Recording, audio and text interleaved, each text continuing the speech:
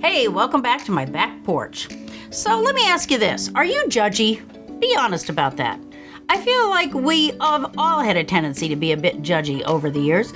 I mean, whether you're judging the other moms, maybe at your kid's school for the lunches they pack. How about that? I mean, sushi in a lunch sack does seem a bit over the top for a third grader, but okay. Or maybe you judge people for choosing blue or green hair, or those ear gauges, or maybe full body tattoos. I mean, they really don't make any sense to me, but I think it's whatever floats your boat, right? And I am not suggesting in any way that any of those are bad. They're just a sign of the times, kind of a cultural stamp of a generation. You know, when we choose something, it says something about us. How we see and, yes, how we judge others for their choices says something about us too.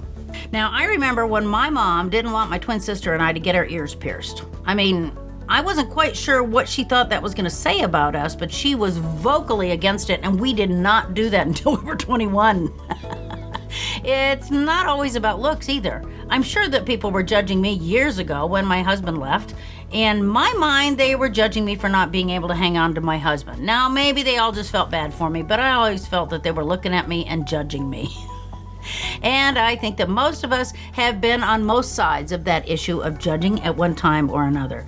I mean, look at today. We're living through a time when judging others is way too commonplace. You've got Republicans judging Democrats. You've got Democrats judging Republicans. You've got blacks judging whites, whites judging blacks, young people judging the old, and yes, even older people judging the young and kids today. We have our own ideas, all of us, because we all have our different backgrounds, their cultural differences, even age. And maybe we should just accept that we're all going to see things just a little bit differently.